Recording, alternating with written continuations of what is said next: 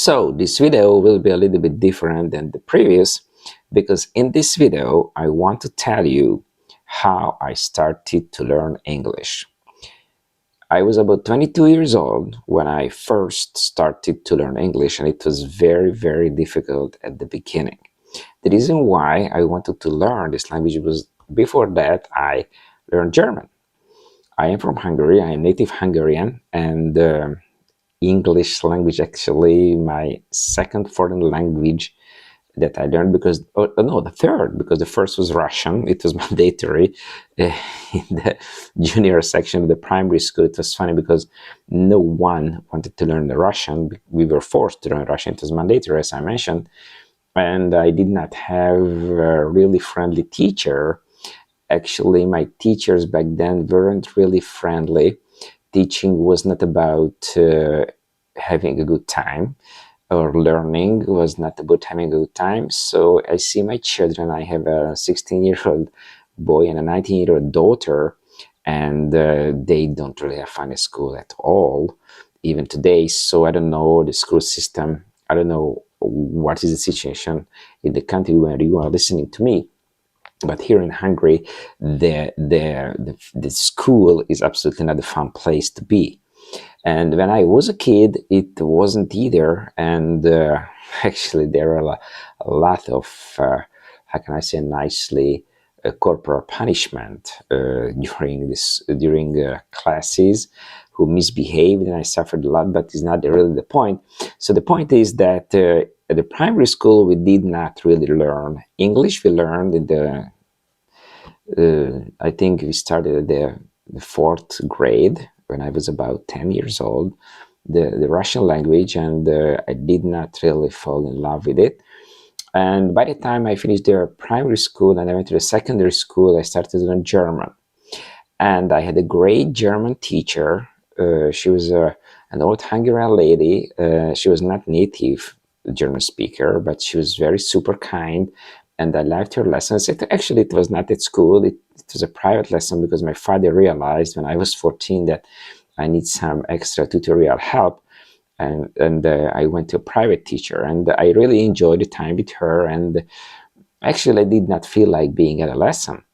And after learning about 3 years with her, I became fluent basic speaker in German, which I forgot almost everything by today. But anyway, it was not really difficult. And I could get by until I was 22 with this German, because back then in the 1990s, we had a lot of German tourists here, very few English-speaking tourists, and I worked in the catering industry. I was a waiter, and I liked that very much. But actually, one of my brother's friends, just came home from a cruise ship. And I did not know what cruise ship was altogether, because we here in Hungary, we do not have any seas or oceans. We are in the mainland, surrounded by other countries, but not sea or oceans. So I did not really know anything about working on ships or abroad or altogether. So that guy told me that he was on the ship. I said, "Oh, it must be fun and very interesting." And he didn't catch my interest at all until he told me the number that he earned there, how much money he earned there, and my eyes got wide open when I heard the number. So it was about 10 times more that I earned within a month here, which he earned on the ship within the same period of time. So it was really eye-opening for me, and I decided to work on the cruise ship as a waiter because it was my learned profession. So it's not a big deal working here and working abroad, doing the same thing for 10 times more money. But that guy said, "Oh, there is another condition that you have to come up to." And I asked, "What is that?" And he said, "You have to speak English there." I said, "For that money, it doesn't matter any kind of language I can learn within a very short period of time. So if you have a goal, you have a motivation, you break all the walls." And immediately I started to search for English teachers. And here in Kecskemét, which is my hometown here, south of Budapest in Hungary, I don't know if any one of you knows about even our country, a couple of things besides goulash soup. But anyway, I started to find some English teachers one by one, and they did not really caught my interest. So the lessons were boring, and it was very dry, and I had to learn a lot of grammar, and grammar is not my cup of tea at all. Learning altogether is not my cup of tea. So I got bored, and I couldn't get forward. I did not understand anything.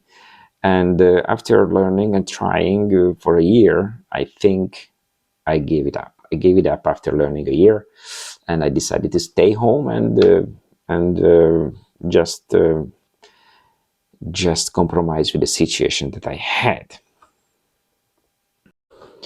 So after that, I met one of my friends, and he was my primary schoolmate, and he said that he had just come back from a ship.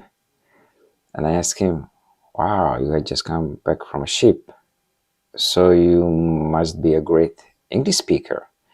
And he said, no, he was not a great English speaker, but at the office where he tried to get the job, it was not really a condition to be able to speak English well. But he was a cleaner, and I wanted to be a waiter, so I don't know what was the difference between these two levels in terms of the language. But he gave me a phone number. I called that number. I went from Kecskemét to Budapest for a job interview, and they discovered my English level was below zero, but there was a hope. I asked, so what can I do? And they said, oh, don't worry, we organize a language course here. And I had to go from Kecskemét to Budapest twice a week for an English lesson. It was highly expensive to travel 1 hour there, 1 hour back, and the English lesson itself was also very expensive, and sometimes I was just there by myself. It was a group lesson, but as time went by, less and less guys came to learn English, and I was there very often by myself with the teacher. It was a great time, and he was a native speaker, American guy. His name was Kurt, and he couldn't speak Hungarian, and it was a great way. But actually, he just told me the answers to the questions that I might get at the job interview. And the interviewers were from Italy, and we all know that Italian people, okay, some of them are great English speakers, but the majority of them not. So anyway, they came here to interview me, and the miracle happened. The job interview was successful, and I got the job. I got the job on a cruise ship, and I was over the moon. I called my parents that, oh my God, the job interview was successful, and I got the job. And a couple of weeks later, I got the plane ticket, and it was the first time that I traveled by air, and it was crazy because I was by myself. My English level was still below zero, and I ended up being in Miami, in the United States, and I embarked the ship, and it was the real something when I was surrounded by guests, most of them from the United States, and my colleagues, most of them were from the Philippines, and of course there were a lot of nationalities, and I will tell you a lot of stories in these videos, what happened there, a lot of interesting stories, and a lot of very instructive stories, and the journey started. My English learning started there.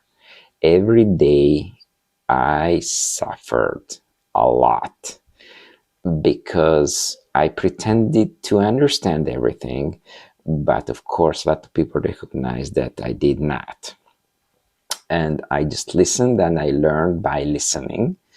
And I had my my dictionary. It was okay. There was internet, but it was the time of internet cafe. It was in 1999. 25, 26 years ago, and we had to pay a lot of money for using the internet. It was little place that there was no smartphones, there was no mobile phones, and just dictionaries and my notebook and my handwriting. So it was a very slow process. And I worked hard because I was on the spot and I did not have any other choice, just memorizing, learning, writing, and the next day try my best to make myself understood.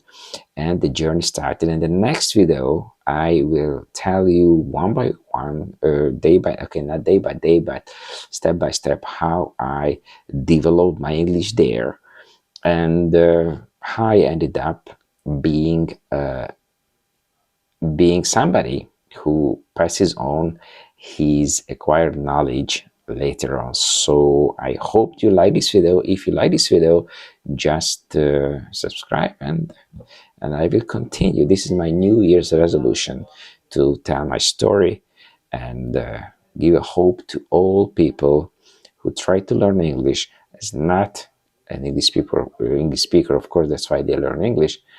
That there is a hope and it is possible. The truth is, it's not easy, but it is possible. Thanks.